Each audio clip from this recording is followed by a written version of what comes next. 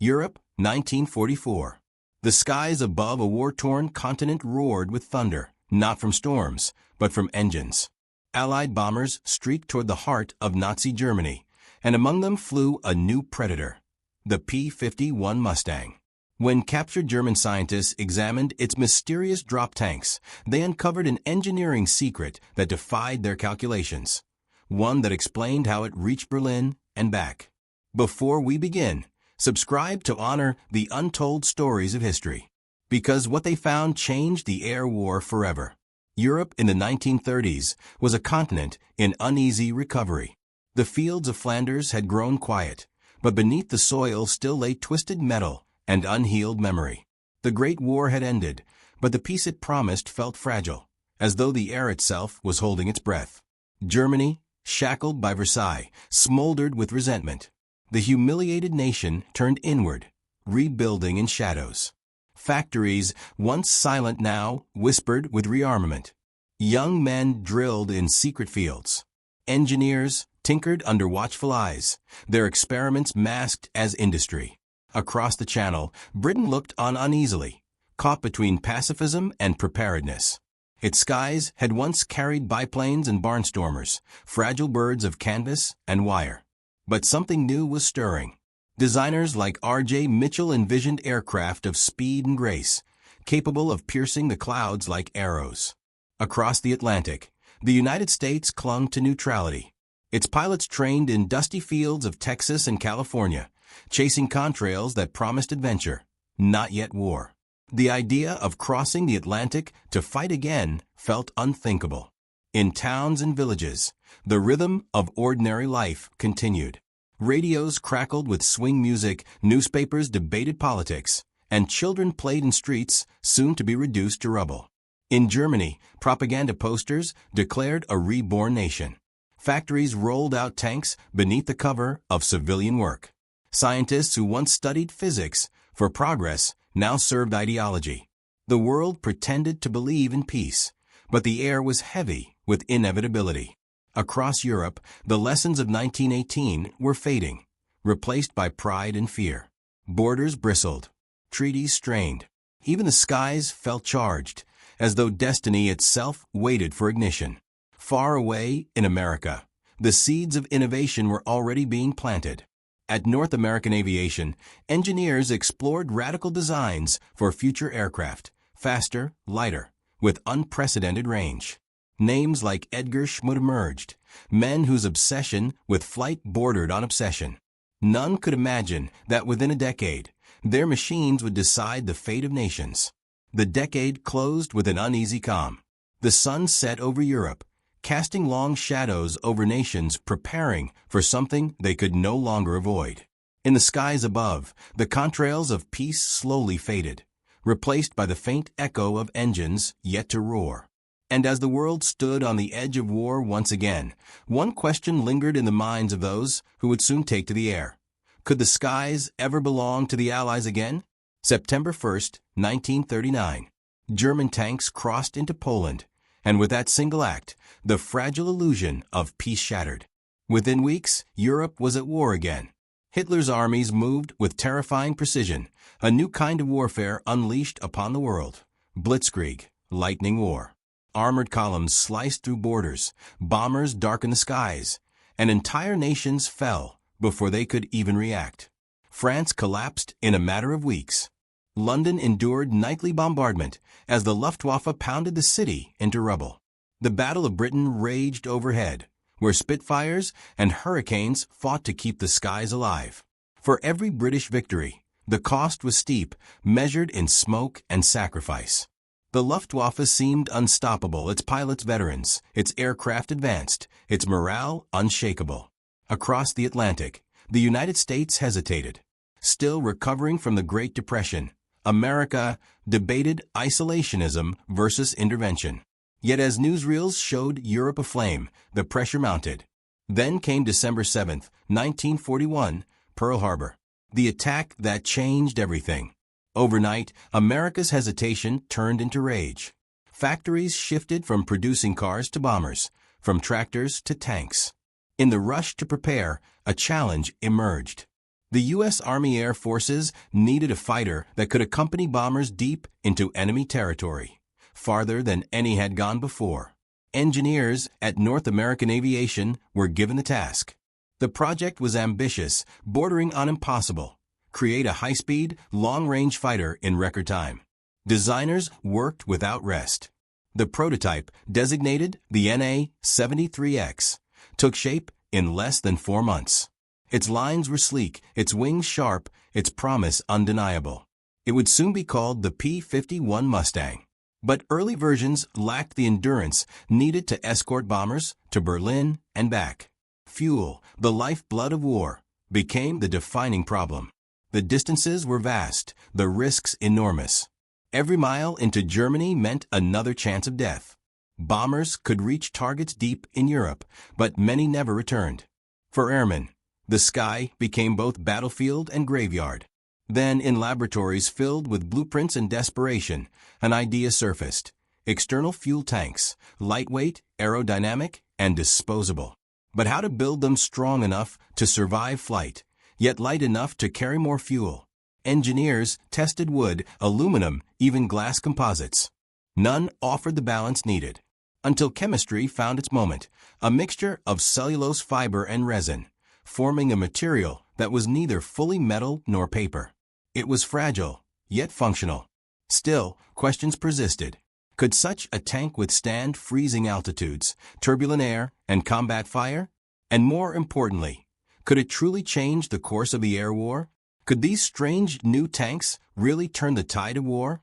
By 1943, the war had reached its boiling point. The U.S. 8th Air Force launched daily daylight raids over Nazi-occupied Europe. Dozens of B-17s and B-24s thundered across the Channel, bound for industrial heartlands in Germany, Schweinfurt, Regensburg, Hamburg. Each mission carried hundreds of young men into the jaws of death. The Luftwaffe waited for them. Swarms of Messerschmitt Bf-109s and Focke-Wulf 190s tore through bomber formations like hawks through doves. Engines erupted in flame. Formations disintegrated. Crews parachuted into hostile territory. Those who survived the fire were captured, or worse. The message from the skies was brutal. Berlin was too far. The Allies had bravery, but not endurance. Their bombers could strike Germany, but without fighter escort, few returned. The math was unsustainable. Airmen began calling these missions flying to death. Then came the sound that changed everything. The deep, confident growl of the P-51 Mustang's Merlin engine. Adapted from a British Rolls-Royce design, it gave the Mustang speed, altitude, and grace unlike any Allied aircraft before. It climbed with fury, turned with elegance, and fought with precision. The first time Mustangs escorted bombers over France, morale soared. German pilots, who once attacked with impunity, found themselves outmaneuvered. But the euphoria faded quickly. The P-51's range still fell short. The heart of the Reich, Berlin, remained unreachable.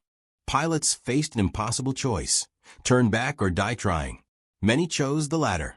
The cold over the North Sea claimed almost as many lives as German bullets. Engineers knew the solution was close, if only they could solve the fuel problem. Inside North Americans' design rooms, sleepless men stared at schematics littered with coffee stains and ashtrays.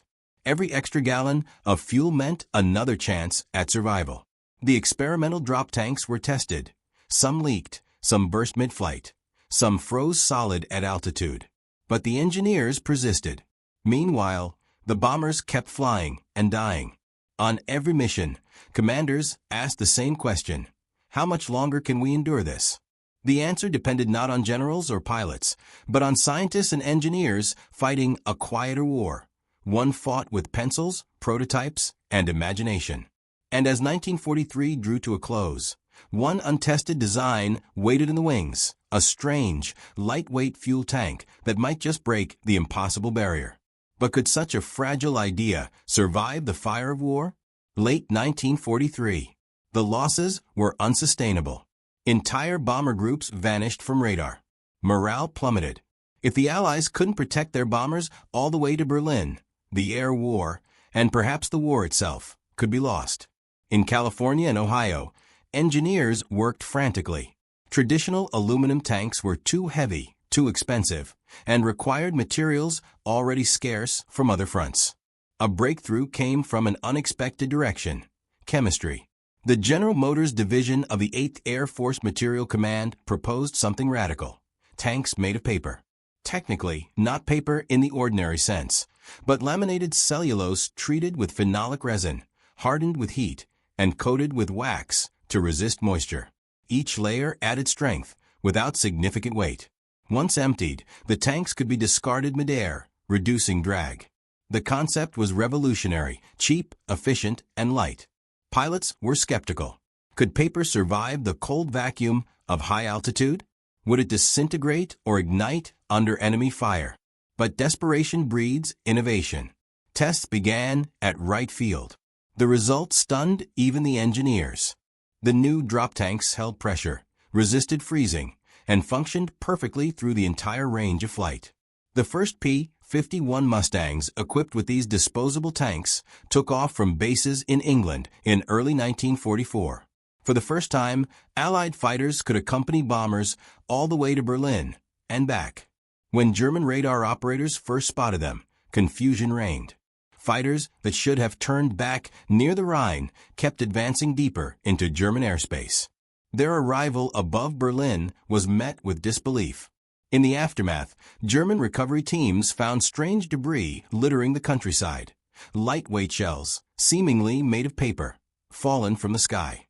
Scientists collected them, curious. When they cut the tanks open, they found not metal, but a fibrous material, slick with resin and wax. It was something they had never seen before. Simple in concept, yet impossible to replicate quickly under the Reich's collapsing industry. Inside a bunker laboratory, one scientist held a fragment to the light and murmured, "What is this material? And how can it survive such pressure?" The answer would soon redefine the future of flight.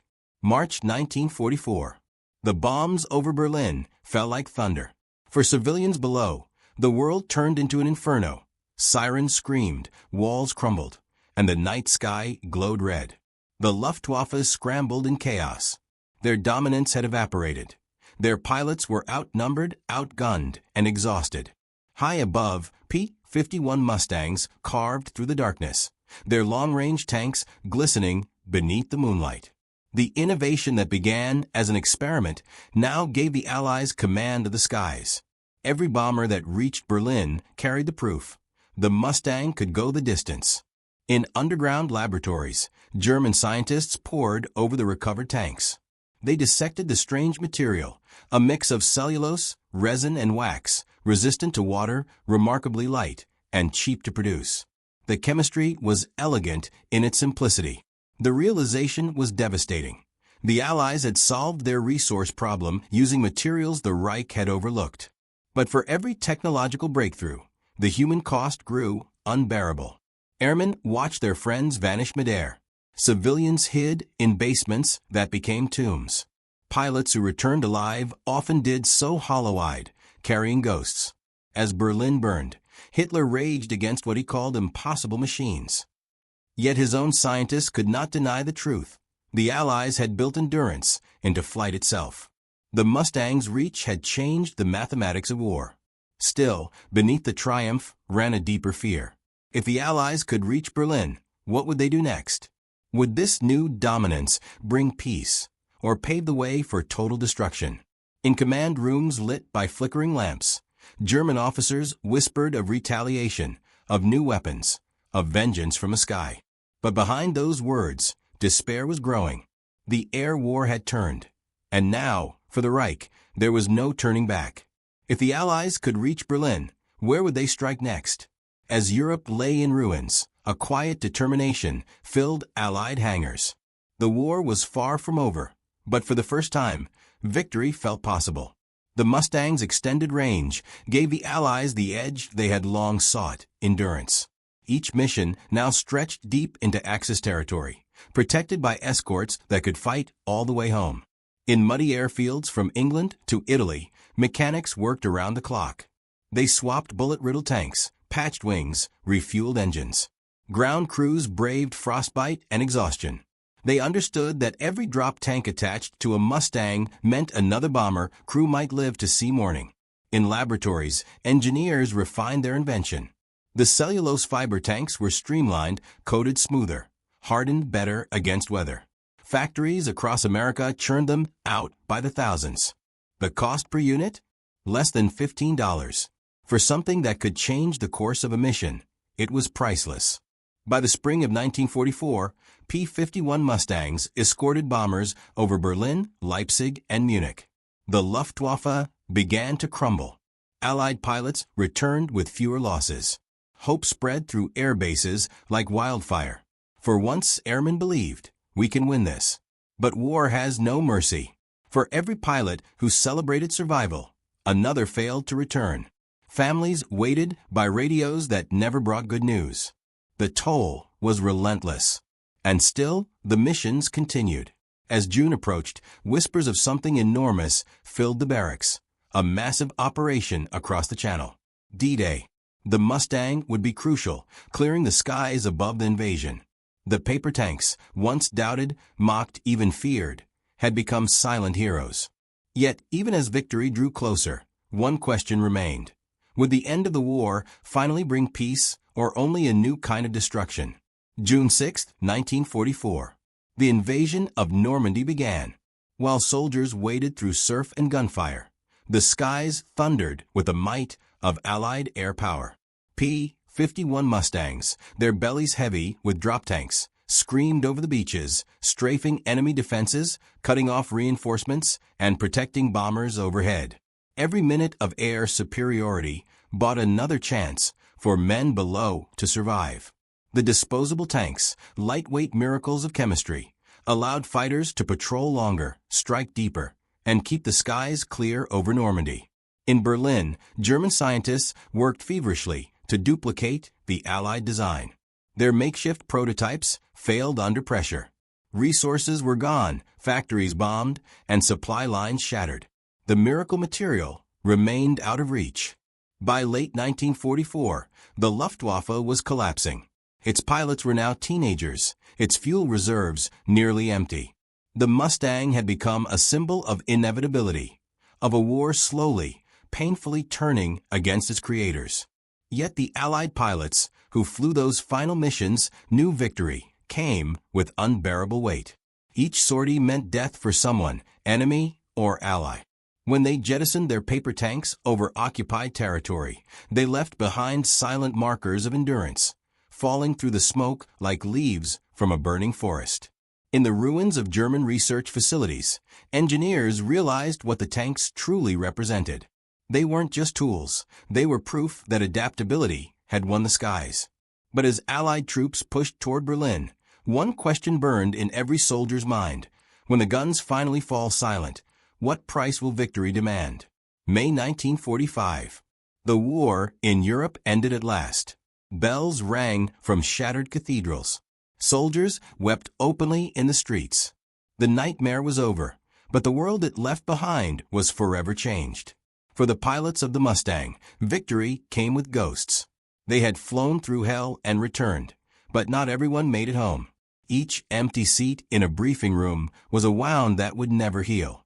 In the ruins of captured airfields, Allied officers discovered remnants of German research, attempts to mimic the fiber tanks that had extended the Mustang's range. The copies were crude, rushed, and often unusable.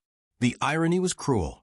The Reich that once dominated the air had been undone by a weapon too simple to replicate in time. The factories that built the Mustang's tanks went silent. Their assembly lines, once symbols of ingenuity, returned to civilian production. But the lessons remained. Ingenuity under pressure. Creativity born from desperation. For civilians across Europe, the cost of victory was almost unimaginable. Cities were reduced to ash. Families displaced. Generations lost. Progress had come hand in hand with devastation. In post-war interviews, surviving German scientists spoke with reluctant admiration. The Americans built with paper what we could not build with steel, one remarked. That was the war in miniature, resourcefulness against rigidity. As Reconstruction began, the Mustang's legend grew. It became more than an aircraft. It was proof that courage and innovation could coexist, that even in war, human minds could rise above destruction. But for those who had flown it, the question haunted them long after the parades ended. The sky was won, but at what cost? In the decades that followed, the story of the Mustang and its mysterious drop tanks became part of aviation legend. What began as a desperate experiment became a lasting symbol of ingenuity under fire. Engineers who once worked in secrecy now spoke freely of the sleepless nights, the failed prototypes, and the moment they realized their invention had changed the war. Museums across the world began displaying relics from that era. Twisted fuselages, faded uniforms, and carefully preserved behind glass, the strange paper fuel tanks that carried men to Berlin and back. Their surfaces were rough and fragile, yet their meaning immense. Historians wrote that these disposable tanks told a story not of weapons, but of minds, of how intelligence could triumph over intimidation. The Germans who once studied the tanks admitted, decades later, that they represented something far more profound than material science, the human refusal to give up. Every Mustang that flew with those tanks carried more than fuel. It carried belief. Belief that endurance mattered as much as firepower. That invention could win wars where brute force could not. Today, when pilots soar freely,